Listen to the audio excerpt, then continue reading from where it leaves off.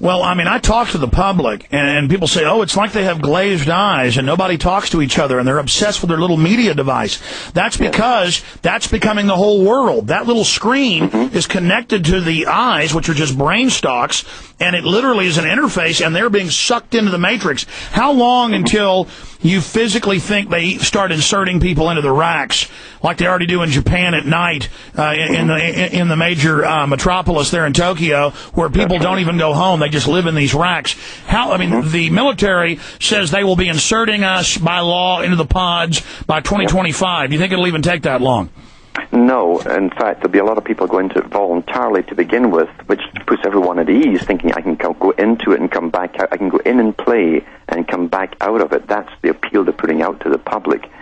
And even at this stage of virtual reality games and so on, there are people who are now addicted to the other world, and they're getting treatment because they like this other world better than the real one. In the other world, you can be a child forever. There's no aging, no decay, no worries. You can get everything you want with virtual money and all the rest of it.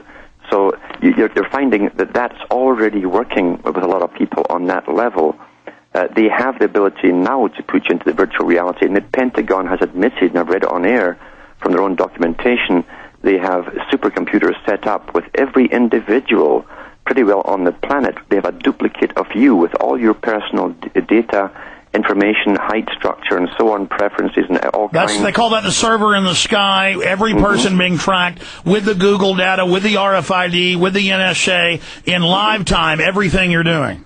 And so they have a clone of you in the virtual world, which they claim they can put you into eventually, and one day, very shortly, and I've got a few articles in from professors just sent, who claim that very shortly you'll be unable to tell if you're waking up in the virtual world or the real world. It'll be indistinguishable.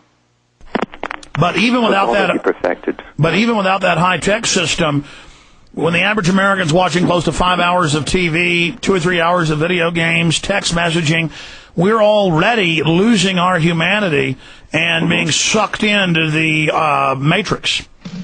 That we are, and it's all in preparation for it. Watch television now. It's very simplistic.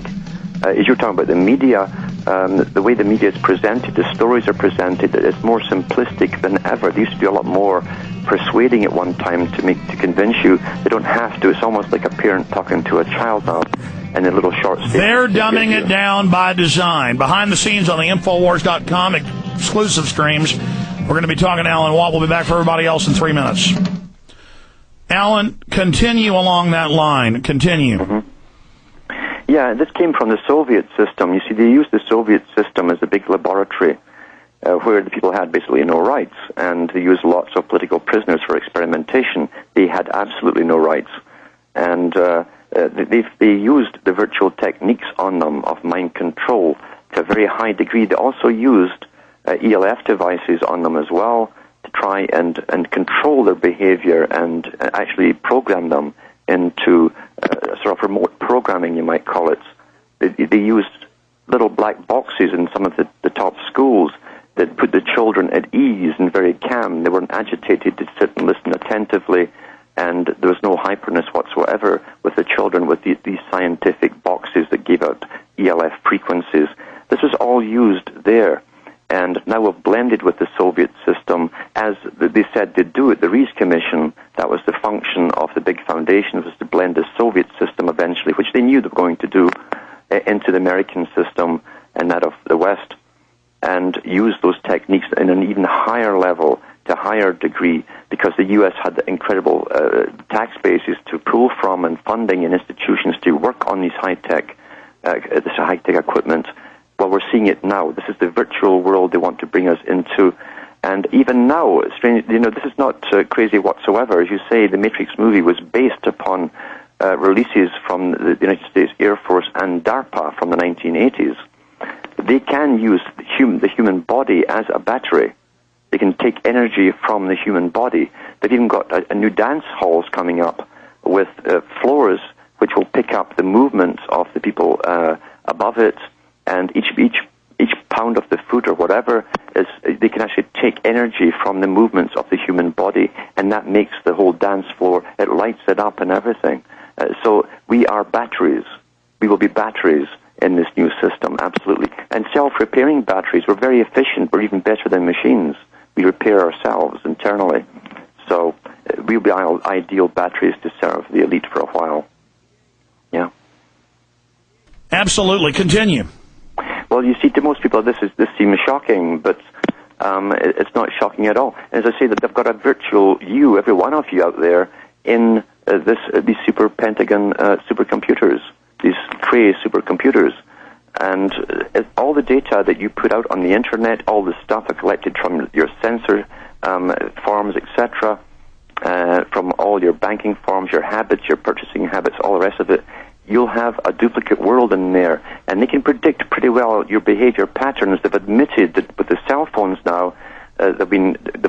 And that was always their big goal. 50 years ago, the guy that invented the term 60 years ago, robot, Isaac Asimov, wrote about these new supercomputers that would track everything you did and then be able to predict the future off of that. Here we go. 1-800-259-9231, 1-800-259-9231. And just give me a fresh call list, John, from the top so I can get them all straight here. Your call's coming up in about 5 minutes. We've been getting into this control grid. I see one weak spot in the New World Order structure being their own technicians, their own IT people, their own specialized individuals who are very intelligent, who have been put on these power trips, who have been given great power. I see rebellion within their ranks and humanity springing eternal. I know they've carefully screened them and also carefully watched their own people. But I do see continual leaks from them. They're not omnipresent. They're not all-powerful. They're trying to have this ultimate final revolution against humanity, an ultimate tyranny that can't be defeated, in their own words. But I see a great weak spot being their own people, leaking information, sabotaging them, bringing information out. Because I talk to people in Hollywood, people in government, high level. They know what's going on. They're upset. They don't like it. They talk about how it's closed systems, how the inner party of the New World Order is some of the most oppressed people of any group. I mean, do you think that's an area? I mean, obviously resistance springs from the grassroots, the middle class, but what about from elite circles? From elite circles themselves, and for those who have been very good, faithful servants to bring all this about, you'll find it just as in the Soviet system, for every person who was a bureaucrat or a scientist, they were more heavily monitored on a daily basis than the average citizen, because the elite must be sure of them first and what they're doing. If they get loose tongue somewhere, they're simply eliminated. And I think we'll find more and more suicides as time goes on. When they, and that's how we presented to the public with higher member bureaucrats or scientists, because it's been found that they're becoming loose-tongued because they're worried about their own lives. They know too much. They know that eventually their own function will be over, and they will also be eliminated, so they start to panic and talk to close friends, and they don't realize they're being monitored more heavily than the average individual or citizen in the street. That's how the Soviets did it, and that's how we're doing it here, too. Exactly. With this whole science, there's a million different ways they do this, but to get their, say, FBI or Secret Service, they found the FBI to fight the mob. It's instantly corrupted with the mob, so out of the gates, and of course the government made alcohol illegal for those 10 years that later came out to corrupt the federal police.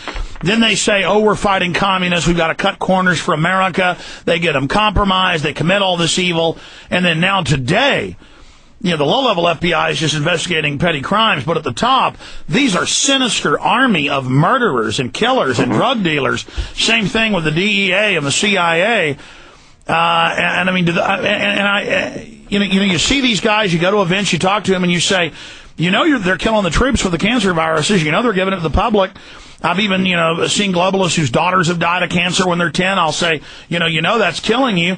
And they just kind of look at you and, well, that's the way it is. So I guess it's also kind of like O'Brien says in 1984, because Orwell really lived through all that, Eric Blair had, that O'Brien says, I'll be smashed, I'll be destroyed, I'll be tortured and killed. Oh, I love it. It's the strength of the evil system. I live on in this system that's just meant to tear humans apart. Yeah. Well, what you also find, and this is what they found with Adolf Hitler and those who loved Stalin, during the Nuremberg trials with Hitler, all the officers who were on trial glorified Hitler to the bitter end. And of course, the conclusions they come to, they all had psychopathic-type natures. Within the psychopath, there's a sadomasochism. It's very, very, very obvious. They despise the inferiors beneath them in rank, but they glory in the power of those above them. They worship power, and so they worship those above them to the bitter end. And that's also the structure you have in the scientific and bureaucratic elite that runs the world today. They glorify the ones above them for having so much power. It's hard for a non-psychopath to understand. You cannot get into their mindset. But that's what works with them. The lust and the craving, and an awful craving for total power.